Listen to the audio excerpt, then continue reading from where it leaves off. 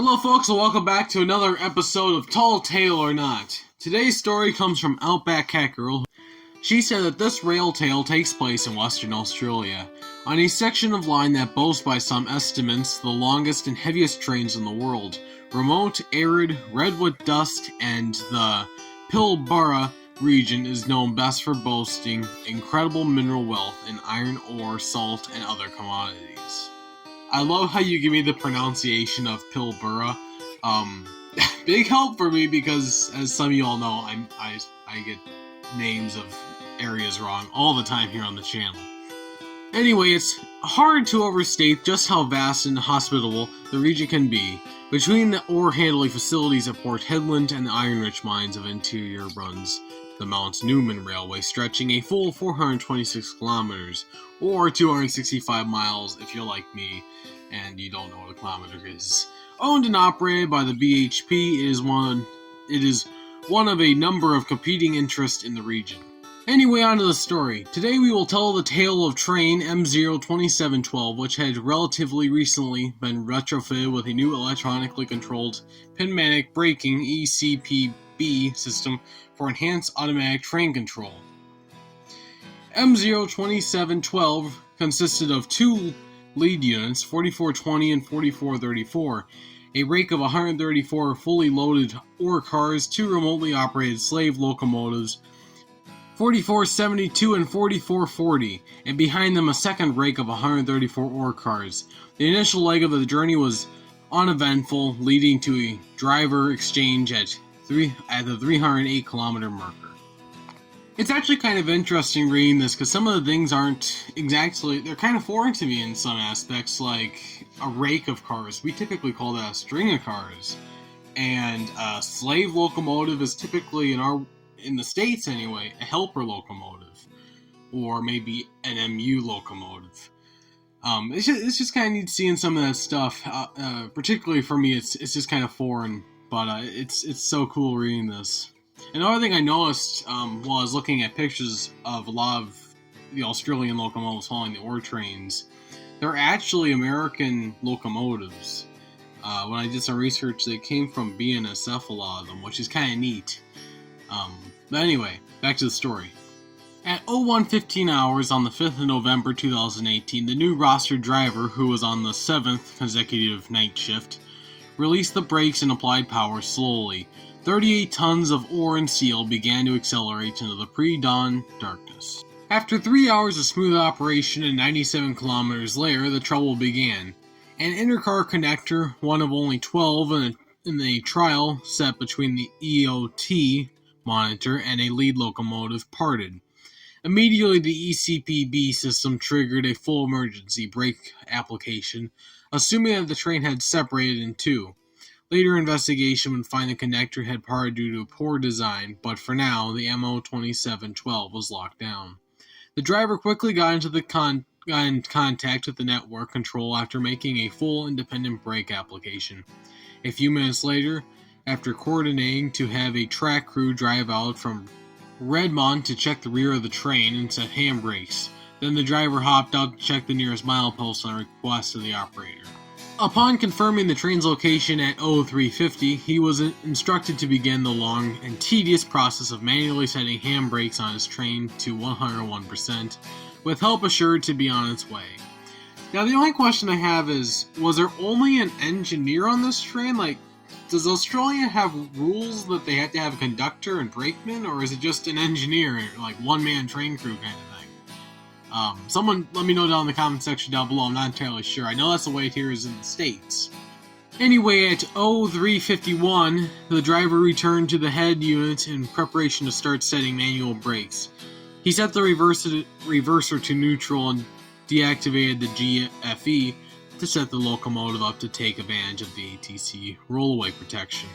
He had been trained about the CPB was still set in emergency at 120% application, but the automatic brake remained set at 39% untouched. Unknown to the driver, not venting the system with a full auto brake application bypassed a backup system, leaving the ECPB alone to maintain. the emergency brake application. He began to set handbrakes at 03:53 and quickly noticed the faulty train line connector hanging loose between the two cars not far from the front. Reporting this to the network operator, he continued setting handbrakes alone in the dark. At 04:22, the Red Mount gang rocked up in their ute to the 210-kilometer marker and reported that they had begun inspection and the handbrake setting. This will turn out to be very important later. The driver, about 3/4 of the way through the first rake of cars, was relieved to hear that the Red Mount gang were on duty. He informed the network operator that they should set the rear rake, and then he would finish setting the front and then return to reconnect the loose train line interface near the front of his train. But he wasn't going to get that far. Inside a neat little electronics box in the rear of the train, a 60-minute timer that had initialized when the faulty connector parted ticks down to 0 and sends a signal. With only a couple cars left in the front rake at 04:38 hours, the driver was horrified to hear a loud and unmistakable hiss. Keying up his radio in local mode, he tries to contact the Red Mount gang at the rear of his train. He said, "Bled off! The bloody brakes have bled off!" No response. A moment later, the consist lurches. He slips on the steep ballast, his radio falling into the darkness.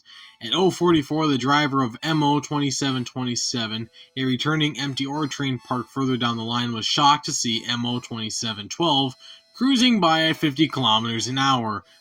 Brakes dragging, sparks lighting the encroaching dawn, he keys up the radio to dispatch. Meanwhile, picking himself out of the dirt, our hapless driver gets his radio sorted, swearing he switches to network control and declares an emergency only to be told, "Nah, yeah, we know. Look, we set the next signal to red. ATC will take care of it." Meanwhile, the driver of the empty train, MO 2727, chooses that moment to look down the other side of his own train.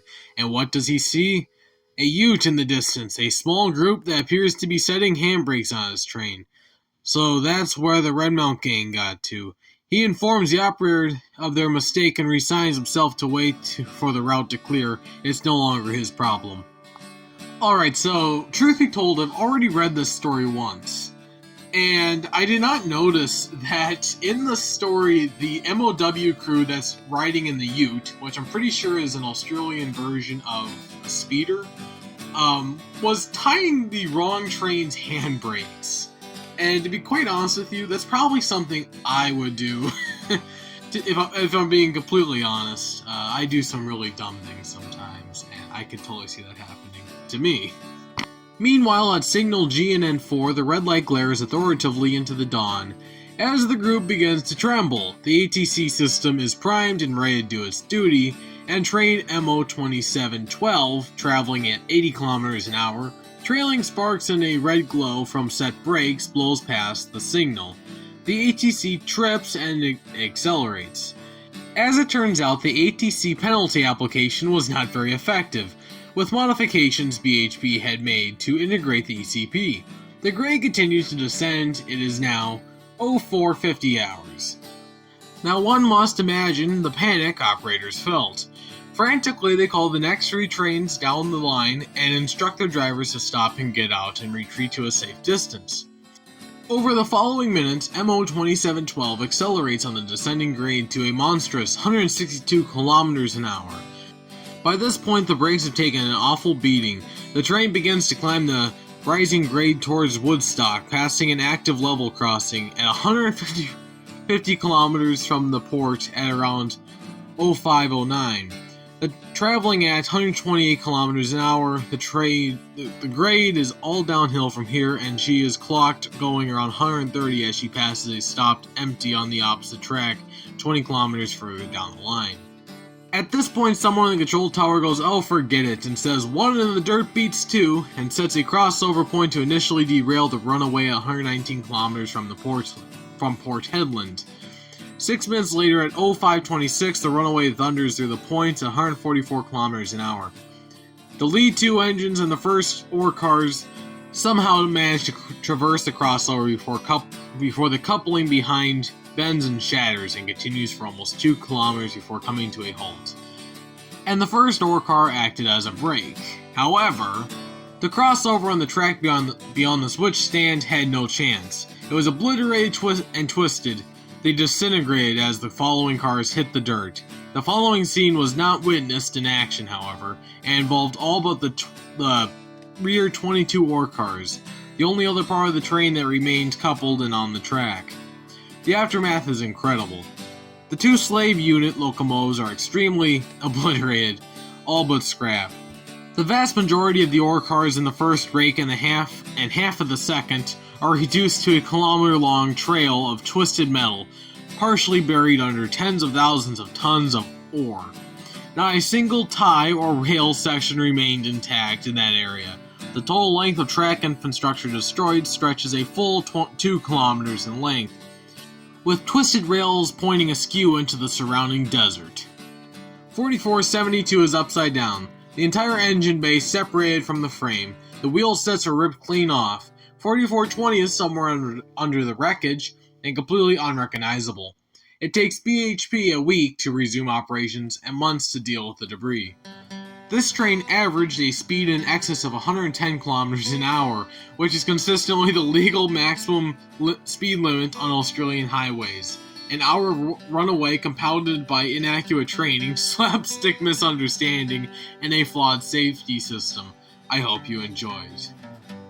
Enjoyed! I more than enjoyed this. This was awesome. The entire fact that an MOW crew was tying down handbrakes on the wrong train and then were sitting there probably shaking in their boots when they saw this runaway iron ore train rolling by them at, I'm assuming at this point, ridiculous speeds.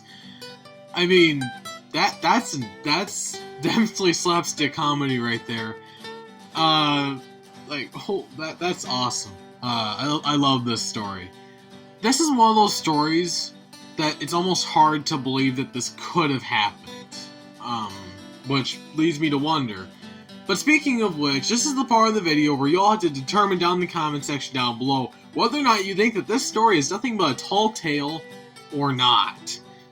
I'm going to say personally it's a tall tale because I have a hard time accepting the fact that so much stuff happened. But watch this come back to haunt me. Watch it be true and it's just like, this actually happened. Oh my gosh, this story is awesome. And remember folks, I cannot do any research, but I think it's a tall tale. I get the feeling that's going to come back to haunt me though. But just wow. Once again, thank you so much for saying this story, and this is incredible. I actually got really excited when I saw this story in my comments, because I was already thinking about doing a video on particularly trains in Australia and the UK. I thought that'd be kind of fun to do. And then I saw a story pop up about a Australian iron railway, and I was like, oh, this is awesome. So I got really excited when I saw this. I think one of the best parts about the story is that it's so fun in the aspect that it was a train crash, and it's a great story that you can tell your friends. But yeah, it's also nice because no one actually, from my understanding, got hurt or seriously injured or even died in the train wreck. Because the engineer was, his pride might have been a little hurt when he had to tell the story of I fell off my train and, if I were him, I probably would have said, a wild animal attacked me. There was a gang of bandits or something. No, I just fell off my train. But other than that, it's a fun story to tell here on the channel. Thank you so much for saying this in. So much fun. But again, a huge shout out to the Outback Cat Girls for saying in this wonderful story.